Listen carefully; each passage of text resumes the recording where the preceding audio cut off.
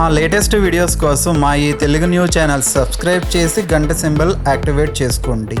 రేపు మంగళవారం మందార ఆకుతోటి రహస్యంగా ఈ చిన్న పరిహారం కనుక చేసుకున్నట్లయితే మీకు ఉన్నటువంటి అప్పులు కానీ, కష్టాలు కానీ, సమస్యలు కానీ, ఆర్థికపరమైనటువంటి సమస్యలు ఏమైనా ఉన్నా సరే అవి మొత్తం కూడా తుడిచిపెట్టుకుపోతాయి. ఎందుకంటే మందార ఆకు చాలా శక్తివంతమైనది. మందార చెట్టు మనకు దేవతా వృక్షం కాబట్టి అలాంటి చెట్టుకు కాచే ఈ మందార ఆకుతోటి గనుక మీరు ఈ పరిహారం చేసుకున్నట్లయితే మీకు ఉన్నటువంటి సమస్యలు మొత్తం కూడా తుడిచిపెట్టుకుపోతాయి. మీకు అద్భుతమైనటువంటి ఫలితం వస్తుంది. ఫ్రెండ్స్, మరి మంగళవారం రోజు మందార ఆకుతో ఏం చేయాలి అనే విషయాన్ని ఇప్పుడు మనం ఈ వీడియోలో వివరంగా తెలుసుకుందాము. అంతకన్నా ముందు ఒక పవిత్ర కథను విందాం. ఫ్రెండ్స్, అలాగే ఈ వీడియోకి ఒక లైక్ కొట్టి మా ఛానల్ని కూడా సబ్స్క్రైబ్ చేసుకోవటం మర్చిపోవద్దు. పూర్వం ధర్మాపురి అనే గ్రామంలో ఒక వ్యక్తి ఉండేవాడు. అతని భార్య ప్రతిదానికి కూడా తనతో గొడవపడుతూ ఉండేది. దాంతో అతన్ని ఇంట్లో దరిద్రం తాండవిస్తూ ఉండేది. తినడానికి కూడా తిండి లేక కటిక పేదరికంలో ఉన్నాడు. ఒకసారి అతను అడవికి వెళ్ళాడు. ఆ దారిలో ఒక యోగిని కలిశాడు. వెంటనే ఆ వ్యక్తి ఆ యోగి దగ్గరకు వెళ్ళి ఏడుస్తూ కూర్చుంటాడు. నాయనా, నీకేమైంది? ఎందుకని ఏడుస్తూ ఉన్నావని అడుగుతాడు ఆ యోగి. అప్పుడు ఆ వ్యక్తి, ఓ గురువర్య, నా భార్య నాతో ప్రతి విషయంలో గొడవ పడుతూ ఉంటుంది. ఈ గొడవల కారణంగా నేను చేసే చిన్న వ్యాపారం కూడా మూతపడింది. ఆ వ్యాపారం మూతపడటం వల్ల నా దగ్గర ఏమాత్రం కూడా డబ్బు లేక పేదరికంతో ఇబ్బంది పడుతూ ఉన్నాను. అందుకే నేను ఇల్లు వదిలి నీ శరణులోనికి వచ్చానని చెప్తాడు. అప్పుడు ఆ యోగి, నాయనా, నువ్వు ఏడవకు. ఇప్పుడు నీకు నేను ఒక పని చెప్తాను. అది నీ అదృష్టాన్ని మార్చివేస్తుంది. నువ్వు చేయవలసింది కేవలం సిగ్గుపడకుండా నీ భార్య యొక్క ఈ భాగాన్ని నొక్కటం మాత్రమే. ఇలా చేసినట్లయితే మీరు ఎప్పుడైనా ధనవంతులు అవ్వవచ్చు. ఏ పురుషుడైనా స్త్రీ శరీరంలో ఈ భాగాన్ని తాకినట్లయితే, లేకపోతే ముద్దు పెట్టుకున్నట్లయితే ఎప్పుడూ డబ్బు కొరత ఉండదని ఆ యోగి చెప్పాడు. నాయన, ఒక చిన్న కథ ద్వారా స్త్రీ శరీరంలో ఏ భాగాన్ని ముట్టుకున్నట్లయితే మనకు మంచి జరుగుతుందో చెప్పబోతున్నాను అని ఆ యోగి కథ చెప్పడం ప్రారంభించాడు. ఒక నగరంలో ఒక వ్యాపారవేత్త ఉండేవాడు. అతనికి ఒక భార్య ఉండేది. వారిద్దరూ ఎంతో ప్రేమగా ఉండేవారు. వారు ఎలాంటి గొడవలు లేకుండా ఎంతో అన్యోన్యంగా జీవించేవారు. అందుకే అతని ఇంట్లో ఎప్పుడూ కూడా లక్ష్మీదేవి నివసిస్తూ తన ఆశీర్వాదాలు ఇస్తూ ఉండేది. వీరిద్దరి ప్రేమ, అన్యోన్యమైన జీవితం గురించి చుట్టుప్రక్కల వాళ్ళు కూడా చెప్పుకుంటూ ఉండేవాళ్ళు. ఈ విధంగా అందరూ చెప్పుకోవటం వలన ఈ విషయం ఆ నగరానికి చెందిన రాజు వరకు చేరింది. ఆ రాజు కూడా వీరిని ఎంతో ప్రశంసించాడు. ఒకసారి ఆ రాజు నగరంలోని ప్రజలంతా ఇంట్లో ఒక దీపం వెలిగించాలని చెప్తాడు. అప్పుడు ఆ రాజు యొక్క భార్య, మహారాజా, ప్రజలందరూ వారి ఇంట్లో ఎందుకు దీపం వెలిగించాలి అని అడిగింది. అప్పుడు ఆ రాజు ఈ దీపం ప్రేమకు చిహ్నం అని చెప్తాడు. ఎవరి ఇంట్లో అయితే ఈ దీపం వెలిగించబడుతుందో వారి ఇంట్లో ఎప్పుడూ కూడా ప్రేమ అనేది ఉంటుంది. ఏ విధంగా అయితే మన నగరంలో నివసించే వ్యాపారి, అతని భార్య మధ్య ఉన్న ప్రేమ ఉంటుందో అటువంటి ప్రేమ మన రాజ్యంలో ఉన్న ప్రతి భార్యాభర్తల మధ్య ఉండాలని నేను కోరుకుంటూ ఉన్నాను. అందుకే ఆ దంపతుల ప్రేమకు గుర్తుగా ఈరోజు ప్రతి ఇంట్లో కూడా దీపం వెలిగించాలి అనుకుంటున్నాను అంటాడు. మహారాజు ఆజ్ఞ మేరకు నగరంలోని ప్రజలందరూ కూడా తమ ఇంట్లో దీపాలు వెలిగిస్తారు. కానీ అర్ధరాత్రి వచ్చేసరికి అందరి ఇళ్లల్లోని దీపాలు ఆరిపోయాయి. కానీ ఆ వ్యాపారి ఇంట్లో మాత్రం దీపం వెలుగుతూనే ఉంటుంది. ఎందుకంటే దీపం అనేది ప్రేమకు చిహ్నం కాబట్టి. వ్యాపారి భార్య ఎప్పుడూ కూడా దీపం వెలిగించే ఉంచేది. అయితే ఒకరోజు ఏం జరిగిందంటే, మహారాజు మరియు మహారాణి మేడపై నుండి వారి నగరంలో జరిగే దృశ్యాలను చూస్తూ ఉన్నారు. రాజు మరియు రాణి చూసే సమయానికి వారి రాజ్యంలో మొత్తం చీకటి అలుముకుని ఉంది. కానీ వ్యాపారి ఇంట్లో మాత్రం దీపం వెలుగుతూ ఉంది. అప్పుడు మహారాజు మహారాణితో, చూడు మహారాణి, వ్యాపారి మరియు అతని భార్య మధ్య ప్రేమ ఎంత స్థిరంగా వెలుగుతూ ఉందో మిగతా అందరి ఇంట్లో కూడా దీపం ఆగిపోయింది. దీన్ని బట్టి ఆ వ్యాపారి అతని భార్య మధ్య ఉన్న ప్రేమ ఎంత గొప్పదో అర్థమవుతుంది కదా అని అంటాడు. అప్పుడు మహారాణి, మహారాజా, వ్యాపారి మరియు అతని భార్య మధ్య ప్రేమకు కారణం వ్యాపారి భార్య అయి ఉంటుంది. అందుకే ఆ వ్యక్తి ఇంట్లో ఎటువంటి పేదరికం లేకుండా వారి మధ్య ప్రేమ నెలకొని ఉందని అంటుంది. లేదు మహారాణి, ఖచ్చితంగా ఆ ఇంట్లో వ్యాపారి తెలివైన వాడై ఉంటాడు. అందుకే వారి మధ్య ప్రేమ నెలకొని ఉందని అన్నాడు రాజు. కానీ రాణి మాత్రం వ్యాపారి భార్యనే తెలివైందని చెప్తూ ఉంటుంది. ఇలా ఇద్దరూ కాసేపు వాదించుకుంటారు. కొంత సమయానికి మహారాజు, మహారాణి, మనం ఇద్దరం ఇప్పుడు వాదించుకోవాల్సిన అవసరం లేదు, మనం ఆ ఇద్దరిని ఎందుకు పరీక్షించకూడదు? ఆ పరీక్షలో ఎవరైతే ఉత్తీర్ణత సాధిస్తారో వారు తెలివైన వారు మరియు స్వచ్ఛమైన మనసున్న వారిని తెలుస్తుంది అన్నాడు. మహారాణి కూడా అందుకు అంగీకరించి వారిని పరీక్షించడానికి సిద్ధమవుతారు. ఆ తర్వాత మహారాజు ఒక దాసిని పిలిపించి, నేను నిన్ను ఏవైతే ప్రశ్నలు అడుగుతానో నువ్వు వెంటనే ఆ వ్యాపారి దగ్గరికి వెళ్ళు, అతన్ని అడగమని చెప్తాడు. ఆ సేవకురాలు కూడా సరే అని వ్యాపారి దగ్గరకు వెళ్తుంది. ఆ సమయంలో వ్యాపారి భార్య కొన్ని వస్తువులు కొనడానికి బయటికి వెళ్ళింది. వ్యాపారి ఒక్కడే ఉన్నాడు. అక్కడికి చేరుకున్న రాజు యొక్క సేవకుడు, ఓ వ్యాపారి, నేను రాజ్య భవనం నుంచి వచ్చాను, మహారాజు నన్ను పంపించాడు అని అన్నాడు. అప్పుడు ఆ వ్యాపారి, మీరు వచ్చిన విషయం ఏమిటి అని అడిగాడు. అప్పుడు ఆ సేవకురాలు, మీరు గనుక మీ భార్యను వదిలిపెడితే మహారాజు మీకు ఎంతో విలువైన వజ్రాలను, ఆభరణాలను ఇస్తారని చెప్పాడు. దానికి మీరు ఏమంటారని అడిగింది. ఆ వ్యాపారి అందుకు అంగీకరించలేదు. దాంతో ఆ దాసి తిరిగి వెళ్ళిపోయి రాజుకు జరిగిందంతా కూడా చెప్పింది. అప్పుడు మహారాణి మళ్ళీ ఆ సేవకురాలని పిలిచి ఆమెకు కొన్ని విషయాలు చెప్పి, ఆ విషయాలను నువ్వు వ్యాపారి భార్యకు చెప్పు అని ఆ దాసిని వ్యాపారి భార్య దగ్గరకు పంపిస్తుంది. ఆ సేవకురాలు వ్యాపారి భార్య దగ్గరకు వెళ్తుంది. ఆ సమయంలో వ్యాపారి ఇంట్లో లేడు. ఆ సేవకురాలు వ్యాపారి భార్యతో ఇలా అంటుంది, అమ్మా, మీరు గనుక మీ భర్తను చంపితే మహారాణి ఆమె రాజ్యంలో సగభాగం నీకు ఇస్తానని చెప్పమని చెప్పింది అంది. ఆ మాటలు విన్న వ్యాపారి భార్య, ఈ ఒప్పందానికి నేను సిద్ధంగా ఉన్నానని అంది. అప్పుడు ఆ సేవకురాలు, మీరు మీ భర్తను చంపారని నేను ఎలా నమ్మాలి అని అంటుంది. అప్పుడు ఆ వ్యాపారి భార్య, నీకు ఈరోజు మా ఇంట్లో దీపం వెలుగుతూ కనిపిస్తుంది. నేను ఎప్పుడైతే నా భర్తను హత్య చేస్తానో అప్పుడు నేను ఈ దీపాన్ని ఆర్పేస్తాను అంది. మాటలన్నీ విన్న ఆ సేవకురాలు తిరిగి రాజు, రాణి దగ్గరకు వెళ్ళి జరిగిందంతా కూడా చెప్పింది. మహారాణి ఎప్పుడైతే ఆ వ్యాపారి భార్య మాటలు వింటుందో ఆ రాణికి ఆ వ్యాపారి భార్య మీద విపరీతమైన కోపం వస్తుంది. అప్పుడు మహారాజు వెంటనే తన సేవకులను పంపించి, సేవకులారా, మేము పెట్టిన పరీక్ష కారణంగా రాజ్యంలోని ఒక వ్యక్తి ప్రాణాలు కోల్పోవటం మాకు ఇష్టం లేదు. మీరు వెంటనే ఆ వ్యాపారి దగ్గరికి వెళ్ళి జరిగిందంతా చెప్పండి అని ఆదేశిస్తాడు. ఆ సేవకులందరూ ఆ వ్యాపారిని కలిసి జరిగిందంతా చెప్దామని వెళ్ళేసరికి ఆ వ్యాపారి హత్యకు గురై ఉంటాడు. అక్కడే ఆ సైనికులకు ఆ వ్యాపారి భార్య కనిపించింది.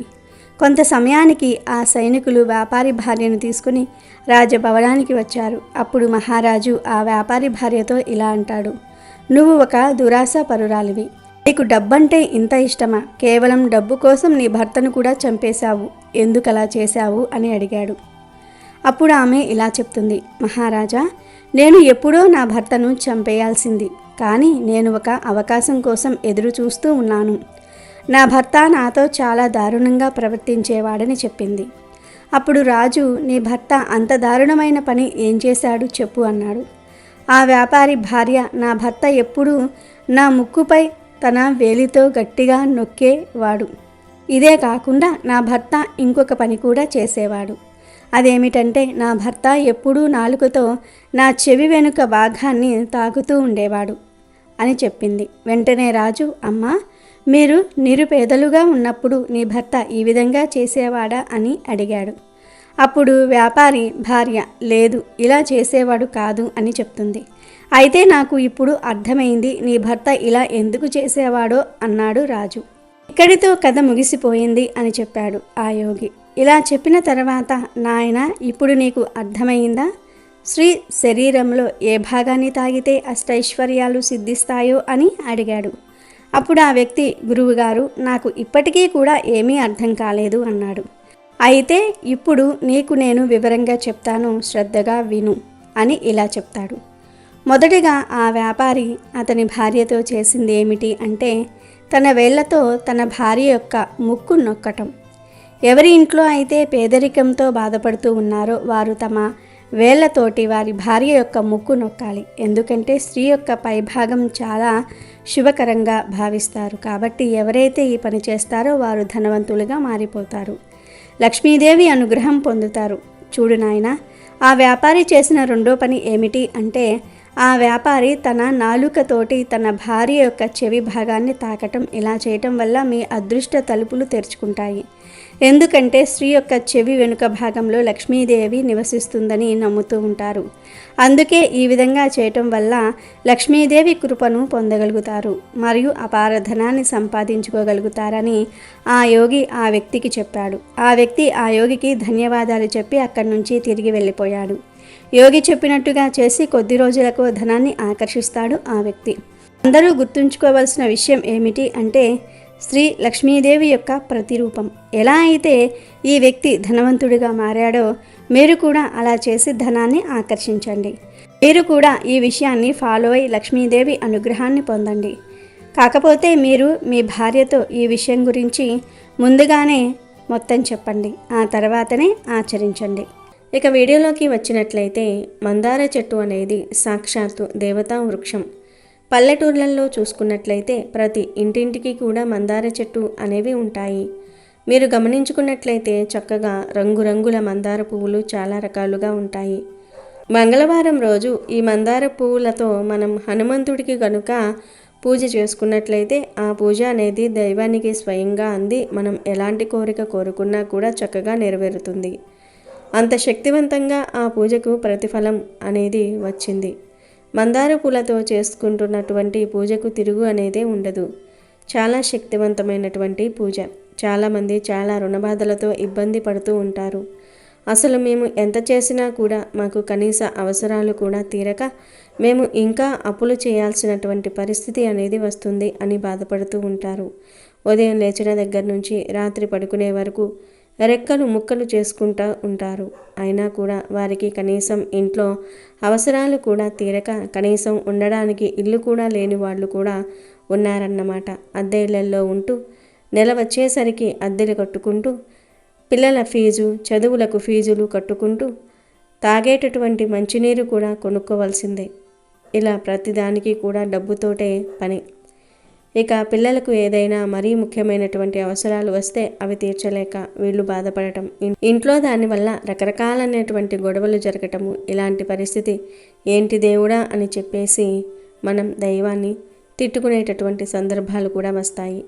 అన్ని రకాలైనటువంటి ఇబ్బందులు అనేవి వస్తాయి. దానికి కారణం ఏమిటంటే కష్టం ఒక్కటే ఉంటే సరిపోదు.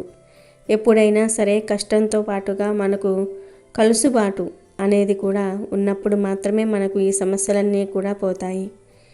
కలుసుబాటు లేకుండా మీరు జీవితాంతం రెక్కలు ముక్కలు చేసుకున్నా కూడా ఆ దైవానుగ్రహం మీ మీద పడకపోతే మీరు కష్టపడుతూనే ఉంటారు. కానీ మీ సమస్యలు మాత్రం అలాగే ఉంటాయి. మాకు అప్పులు ఉన్నాయండి, అసలు ఎంత చేసినా కూడా మాకు అప్పులు తీరట్లేదు, వడ్డీలు కట్టలేకపోతున్నాము, అసలు ఏం చేయాలో కూడా మాకు అర్థం కావట్లేదు, మా బాధ అసలు చెప్పుకునేది కాదు అని చెప్పేసి కొంతమందిని కదిలిస్తే అల్లాడిపోతూ ఉంటారు. అలాంటి వాళ్లకు ఖర్చులేని పరిహారం ఈ మందారాకు పరిహారం.